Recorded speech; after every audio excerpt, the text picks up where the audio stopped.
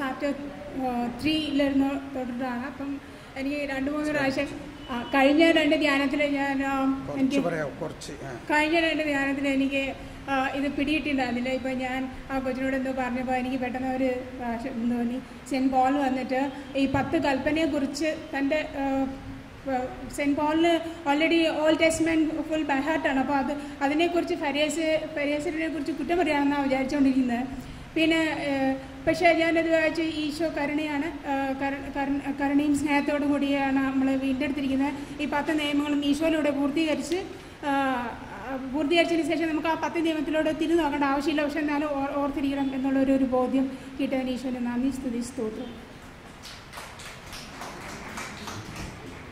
ചില ആളുകൾക്ക് മൈക്ക് കൊടുത്താൽ പിന്നെ തിരിച്ച് കിട്ടൂല. അങ്ങനെ നല്ല സ്വഭാവമാണ്, പക്ഷെ നമുക്ക് സമയമില്ലാത്തതുകൊണ്ടാണ്. Thank you. ഉഷ കഴിഞ്ഞ പ്രാവശ്യം അരമണിക്കൂർ സാക്ഷ്യങ്ങൾ പറഞ്ഞു. അങ്ങനെ വേണം, പക്ഷേ നമ്മൾക്കിപ്പോൾ സമയം ഇല്ല എന്നുള്ളതാണ്.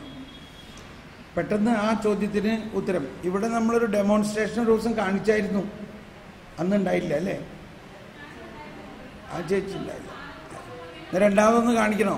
2 ചേട്ടന്മാർ വന്ന് ഒന്നുകൂടി കാണിക്കാം. ഈ ചേട്ടൻ തന്നെ വാ, ഇനി അതിൻ്റെ പുറവശത്തുള്ള ചേട്ടനും വാ. ഇപ്പോൾ നമ്മളൊരു ഡെമോൺസ്ട്രേഷൻ കാണിക്കാൻ പോകുന്നത് ഇതാണ്.